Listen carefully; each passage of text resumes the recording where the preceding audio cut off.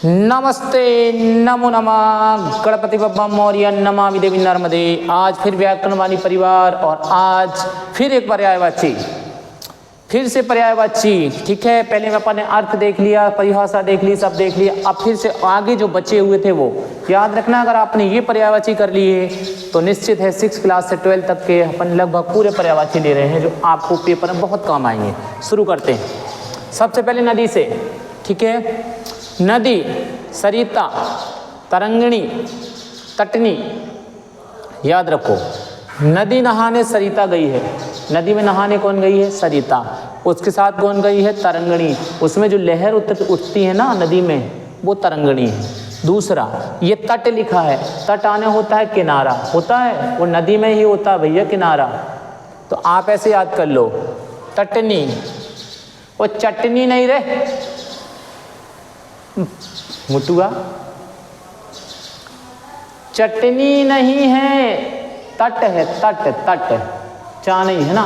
तटनी, तरंगिणी, सरिता, नदी। कैसे याद करोगे?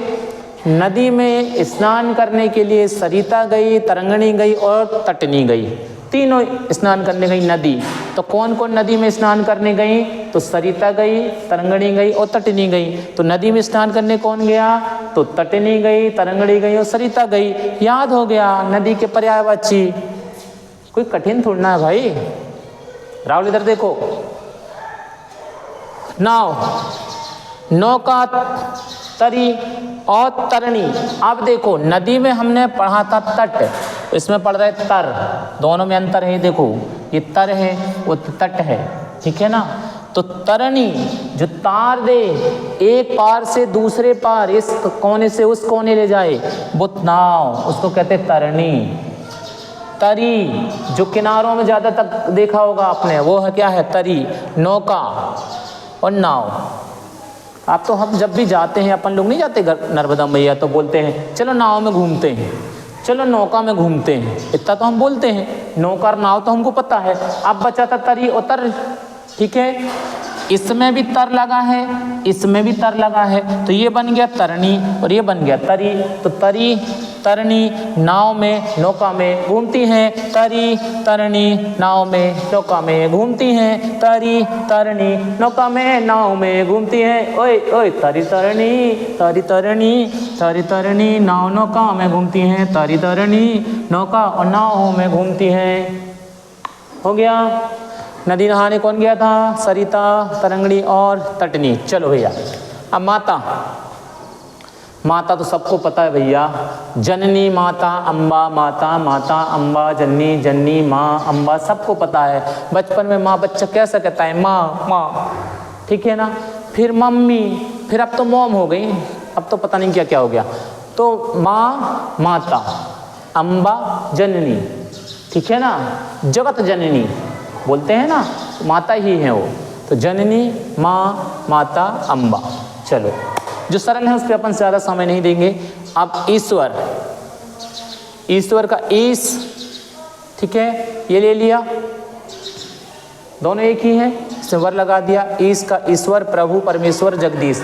ऐसे याद ना हो तो कहना हे प्रभु, हे प्रभु, हे परमेश्वर, हे जगदीश, हे ईश्वर।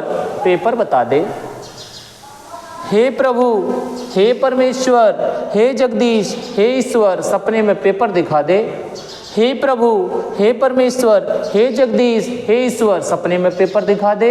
हे प्रभु, हे परमेश्वर, हे जगदीश, हे ईश्वर। सपने में पेपर दिखा दे। हो गया। बच्चा यही तो मांगता और क्या बनता है? होगा ना 4, प्रभु, परमेश्वर, जगदीश, ईश्वर। अरे प्रभु, परमेश्वर, ईश्वर, जगदीश। ठीक है, प्रभु, परमेश्वर, ईश्वर, जगदीश।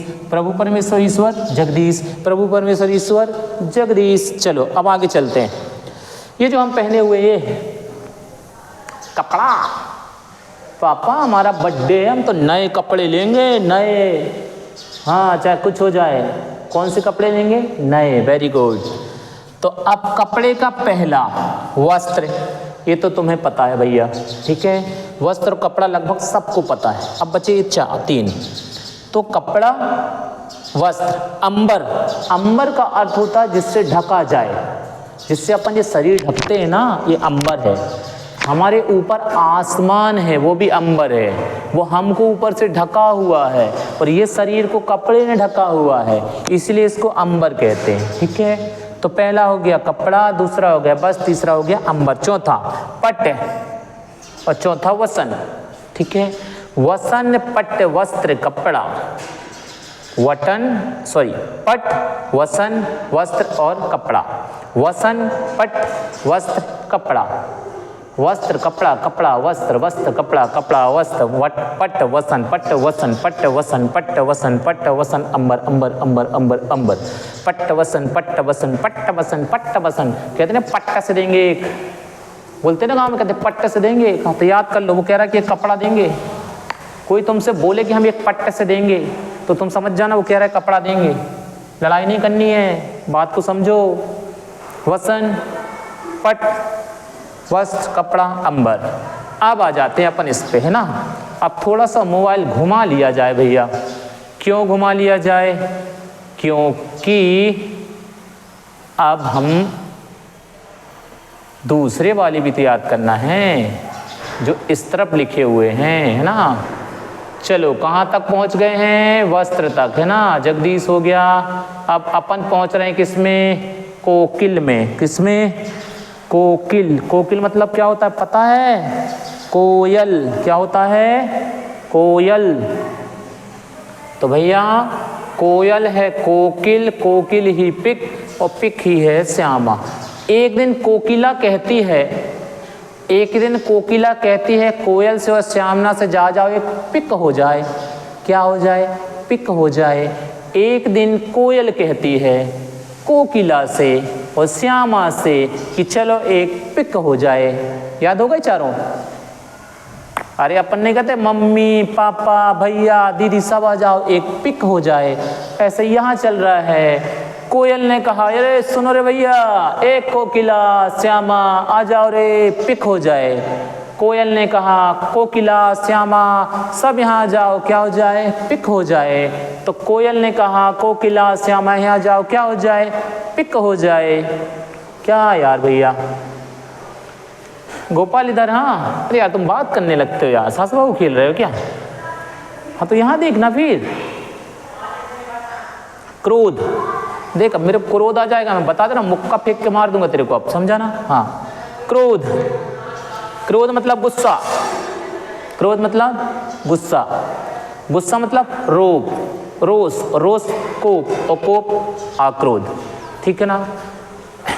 आक्रोश, क्रोध, गुस्सा, रोष, रोब, कोप कोप कोप कोप कोप कोप कोप।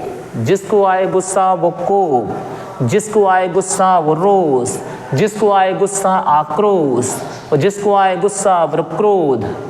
ठीक है, याद रख लो, चार लोग को ही गुस्सा आता है, बस चार लोग को ही गुस्सा आता है। किस किस को? क्रोध को, आक्रोश को, रोष को और कोप को। ये चार लोग हैं जिनको दुनिया में गुस्सा आता है, बाकी किसी को नहीं आता। ऐसा करके याद कर लो, इनको ज्यादा ही गुस्सा आता है। कुछ क्या आता है? गुस्सा। किसको? आक्रोश को, क्रोध को, रोष को और कोप को। किसको गुस्सा? कोप को, रोष को, आक्रोश को और क्रोध को। पिक कौन कौन ने ली थी? कोयल ने कहा था कोकिला से श्यामा से आ जाओ, क्या हो जाए? पिक हो जाए। ठीक है ना, बहुत बढ़िया। चलो भैया आगे चलते हैं, ज़्यादा समय व्यर्थ नहीं गवाएं। गणपति बप्पा मोरिया, अगले वर्ष तो जल्दी आ।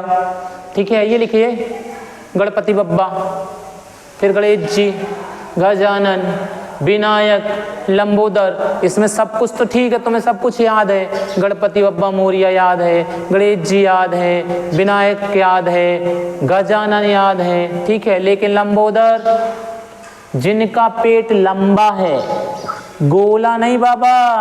अपनी जो थोंद दिखती है ना, ये इसको गोलाधर बोलते हैं। क्या बोलते हैं? गोल।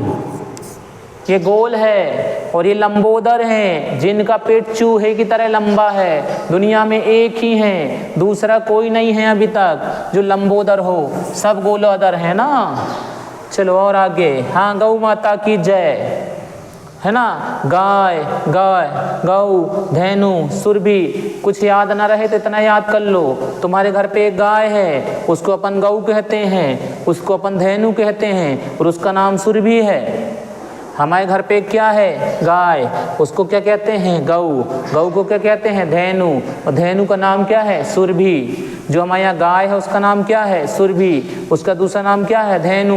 उसको क्या कहते हैं? गऊ। तो गऊ को गाय कहते हैं, गाय को गऊ कहते हैं, उसका नाम है धेनु और सुरभि। दो गाय हैं हमारे पास, पहला है धेनु, दूसरा है सुरभि। इसलिए हम गाय को गऊ कहते हैं, गऊ को गाय कहते हैं, क्योंकि धेनु है तो सुरभि है, सुरभि है तो धेनु है। धेनु धेनु धेनु धेनु, सुरभि सुरभि, गाय गाय गाय गाय गऊ। ठीक है, गऊ।